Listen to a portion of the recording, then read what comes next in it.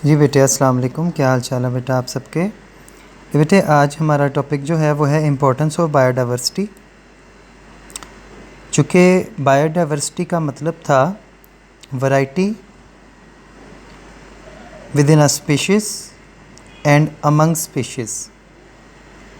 Species के दरमियान जो वैरायटी आती है एक स्पीशीज़ में भी और एक से दूसरी के दरमियान में भी जो वैरायटी आती है, जो चेंज आते हैं, उसको बायोडाइवर्सिटी कहते हैं। इसकी इम्पोर्टेंस ये है बेटे कि ये सबसे पहले तो बायोडाइवर्सिटी में पौधे और जानवर सभी आ जाते हैं। तो सबसे पहली अहमियत हमारे लिए ये है कि ये हमें फूड प्रोवाइड करती है। ठीक है। इसके अलावा अद्वियात, आपको पता है बहुत सारे जानवर और पौधे दवाइयाँ बनाने के लिए भी इस्तेमाल होते हैं। ठीक है जी।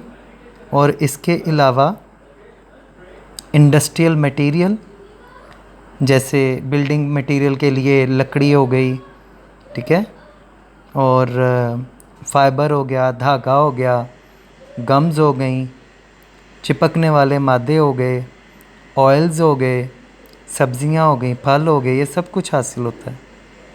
ठीक है। इसके अलावा बायोडाइवर्सिटी जो है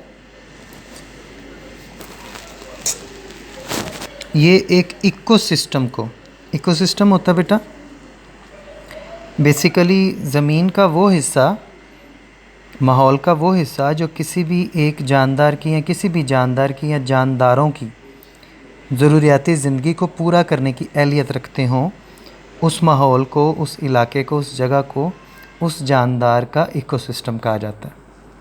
जैसे मछली का इकोसिस्टम है पानी और शेर का इकोसिस्टम है जंगल। ठीक है।